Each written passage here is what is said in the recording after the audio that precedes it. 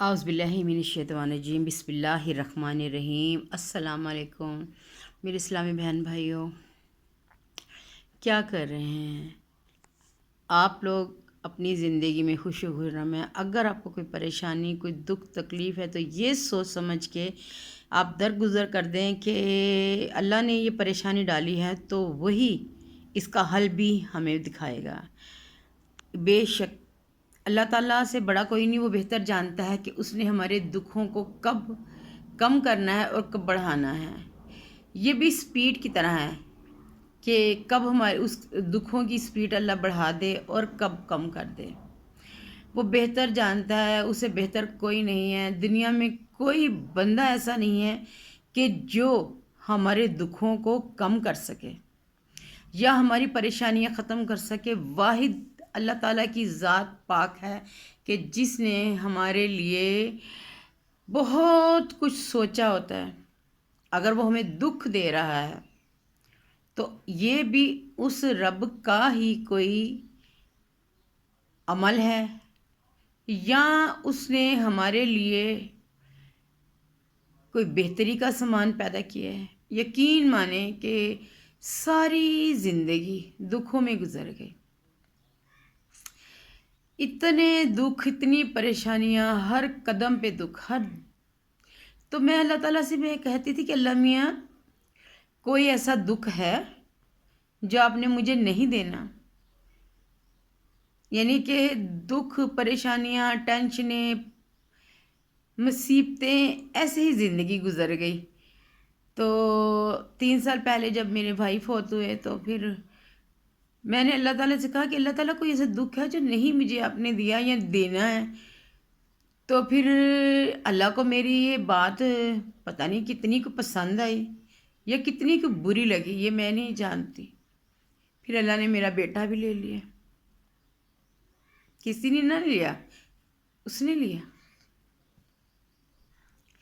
جب زندگی میں مجھے کوئی دکھ ہوتے تھے، پریشانیاں ہوتی تھی، میں پریشان ہوتی تھی یا میرا کوئی بنتا ہوا کام بگڑ جاتا تھا یا کوئی بھی مسئلہ ہو جاتا تھا، میں اللہ تعالیٰ سے کہتی تھی کہ اللہ تعالیٰ تیرا شکر ہے کہ تو مجھے یاد رکھتے ہو۔ کسی نے مجھے کہنا، ایک دفعہ ایسی بات ہوئی تو میں نے کہا کہ میں تو اللہ تعالیٰ کا شکر ادا کرتی ہوں کہ جب میرا کوئی کام نہیں ہوتا یا کوئی میرے پہ مصیبت آتی تو میں کہتی ہوں یا اللہ تیرا شکر ہے، شکر الحمدللہ کہ تو نے مجھے اپنی نگاہوں میں رکھا ہوا ہے۔ میری یہ بات پتہ نہیں اللہ کو پسند آئی یا ناپسند آئی۔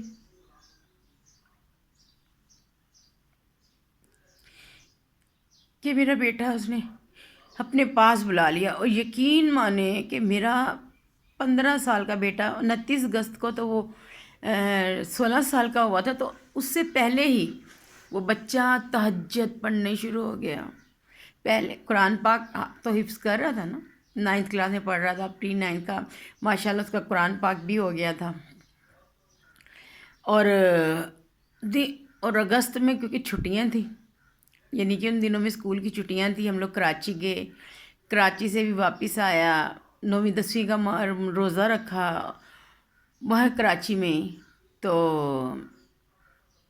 میں آپ کو جو بات بتانے لگی نا کہ بہت سارے لوگوں کو اللہ توبہ کا ٹائم نہیں دیتا یا تیاری کا ٹائم نہیں دیتا، تو میں کہتی ہوں عبداللہ میرے سے تو اچھے تم رہ گئے۔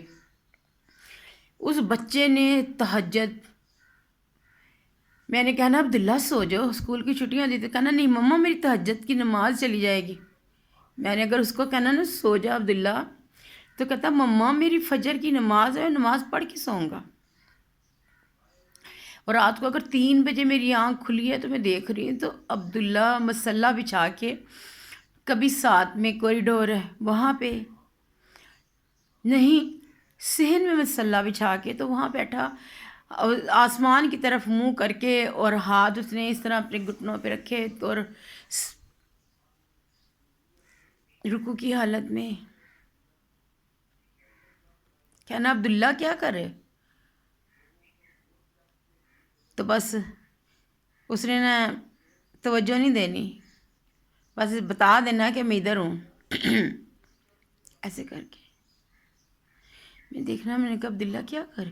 ایک طرف سے تو مجھے خوشی ہوتی تھی کہ میرا بچہ، اللہ تعالیٰ اتنی چھوٹی عمر میں ہی اسے تو نے اتنی لو لگا دی، اپنی روزے نہیں چھوڑتا تھا.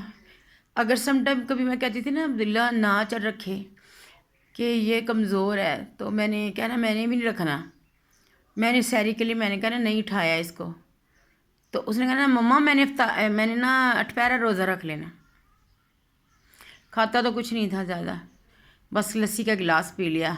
تو ایسے تو اس نے آخری ٹائم توبہ بھی کر لی، استغفار بھی کر لیا. اپنی پھپھو کو آخری ٹائم ہاسپٹل میں کہتا دعا مانگے کہ اللہ تعالیٰ میرے گناہ معاف کر دے. تو اس کی پھپھو کہتی کون سے تم نے ایسے گناہ کیے ہیں پاگل، تو چھوٹا سا بچہ ہے ابھی. کہتا آنٹی کسی بچے کو پتھر مار دیا یا دھکا دے کے گزر جانا، یہ بھی تو گناہ ہی ہوتے نا. تو میں کہ عبداللہ تم نے تو جاتے ٹائم اپنے گناہوں کی معافی بھی مانگ لی. جو اس بچے کے ذہن میں تھا، جو اس کو محسوس ہوتا تھا کہ یہ گناہ ہے، کہ بچے کو دھکا دے دی یا کچھ کر دیا، یہ گناہ ہے. ہم تو اتنے بڑے گناہ گار لوگ ہیں اور ہمیں اپنے گناہوں کا ہی نہیں احساس. ہمیں پتہ ہی نہیں کہ ہم کتنے گناہ کرتے ہیں اور ہم معافی میں نہیں مانگتے، کیونکہ ہمیں احساس ہی نہیں ہوتا کہ یہ وہ گناہ ہے. تو یا باری تعالیٰ ہمیں معاف کر دینا، ہمیں بھی معاف کر دے یا باری تعالیٰ. ہمیں اپنی پناہ میں رکھ، جاتے ٹائم ہمیں بھی اپنے گناہوں کی معافی مانگنے مہلت دینا اور کلمہ طیبہ پڑھنے کی توفیق دینا کہ جاتے ٹائم ہم لوگ کلمہ پڑھ سکیں. زندگی میں کچھ نہیں ہے ماں سوائے ایک دوسرے کی مدد کرنے کی. کہ اگر اس نے عبادت کے لیے انسانوں کو بنانا تھا تو فرشتوں سے بھی عبادت کروا سکتا تھا. لیکن کیا ہے کہ انسان ایک دوسرے کے کام آئے. مجھے اگر جیسے کوئی مجھے کہتا میرے ساتھ ہاسپٹل چلے جاؤ، بازار چلے جاؤ، میری طبیعت نہیں بھی صحیح ہو کہ یہ میرا یہ کام کر دو، تو یقین مانے میں کیا سوچ کے کرتی ہوں کہ یہ سوچ کے کرتی ہوں یا باری تعالیٰ میں تیری رضا کے لیے کر رہی ہوں. کیونکہ جب ہم اللہ تعالیٰ کی رضا کے لیے کوئی کام کریں گے اور جب آخرت میں اللہ تعالیٰ نے کہنا ہے کہ وہ بندے کون ہیں جو میری رضا کے لیے کرتے تھے، تو وہ لوگ اللہ کے پاس کھڑے ہوں گے. وہ سارے کام ایسے ہوتے ہیں جو ہم اللہ کی رضا کے لیے کرتے ہیں. تو اللہ تعالیٰ ہمیں توفیق دے کہ ہم آخرت کی تیاری کر سکیں. دعاؤں میں یاد رکھیے گا. ایک چھوٹا سا وظیفہ بتاتی ہیں کہ ہم کسی جگہ جاتے ہیں تو بعض دفعہ سے ہوتا ہے کہ لوگ آج کل نمود و نمائش کی اور دولت کی چمک دمک ہر جگہ ہی ہوتی ہے کہ جب بہت امیر بندہ آ جاتا ہے تو ہر بندہ جناب جی اٹھ کے اس کو سلام کرتا ہے یا اس کو عزت دیتا ہے.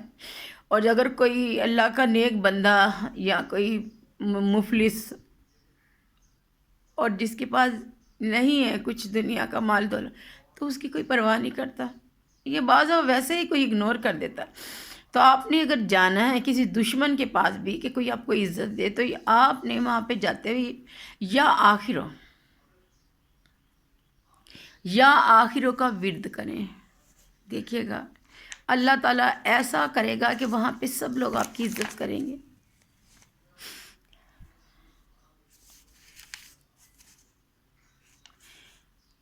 میری آپ لوگوں سے درخواست ہے، یہ چینل میں نے اپنے بیٹے کے لیے بنایا ہے صدقہ جاریہ کے طور پہ.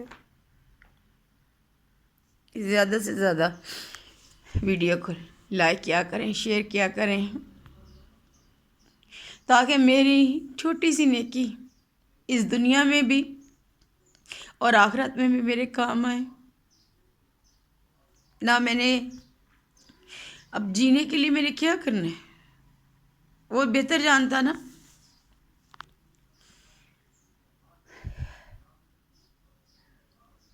اللہ تعالیٰ آپ کو خوش رکھے، اللہ تعالیٰ آپ کے گھروں کی پریشانیاں دور کرے. مجھے بہت سارے لوگ فون کر کے یا ویسے کہتے ہیں کہ ہمارا یہ مسئلہ ہے. اللہ تعالیٰ ان سب کے مسئلے حل کرے، کیونکہ وہ بہتر جانتا ہے، ہم نہیں جانتے. اور اللہ کے پاک کلام میں بہت طاقت ہے، اس کے کلام سے ہی مدد لیں، بجائے اس کے کہ آپ کسی کے پاس جائیں وہ آپ کو کوئی تعویذ دے یا آپ کو، کیونکہ وہم میں ڈالنا تو بہت برا ہے کہ آپ ایسے کریں گے تو اللہ کے کلام میں اتنی برکت ہے، اتنی برکت ہے کہ وہ اثر ضرور کرتا ہے، کیونکہ اس کا نقصان نہیں ہے، اس کا فائدہ ہی ہے. جو وظیفے یا کوئی ورد میں بتاتی ہوں، یقین مانیں کہ ان کا بہت فائدہ ہے، کیونکہ سننے والا اوپر بیٹھا ہے اور نیتوں کے حال وہ بہتر جانتا ہے. بعض نے کہا ہے کہ مجھے اپنا واٹس ایپ نمبر دے دیں، تو میں آپ کو اپنا واٹس ایپ نمبر دے دوں گا، کسی نے مجھ سے رابطہ کرنا ہے. دعاؤں میں یاد رکھیے گا. اللہ تعالیٰ آپ کو خوش رکھے. اور بس میرے لیے اور میرے بچے کی مغفرت کے لیے دعا کرتے رہیں. آج ہم کسی کے لیے کریں گے نا، اگر ہم کسی کو پڑھ کے بخشیں گے، درود شریف اور چاروں کل پڑھ کے اگر آپ کسی کو بخش دیں، کتنا ٹائم لگتا ہے؟ نہیں نا. سارا دن ہم ٹی وی دیکھتے ہیں، موبائل چلاتے ہیں. یہ چھوٹی سی نیکی کیا ہونا ہمارے لیے بھی ثواب کا باعث ہوگا، اور جس کو ہم نے بخشنا ہے اس کے لیے بھی ثواب کا، اور یہ ہماری نیکیاں لکھی جانی ہیں. یہ چھوٹی چھوٹی سی باتیں ہیں، اسی لیے میں نے چینل بنایا کہ چھوٹی چھوٹی سی باتیں ہم ایک دوسرے کے ساتھ شیئر کر سکیں، تاکہ آپ کا بھی بھلا ہو اور میرا بھی بھلا ہو. دعاؤں میں یاد رکھیے گا، بار بار کہتی ہوں. اللہ حافظ. باشرط زندگی جلدی ہی ملیں گی کہ پھر کسی ویڈیو کے ساتھ. آمین ثم آمین.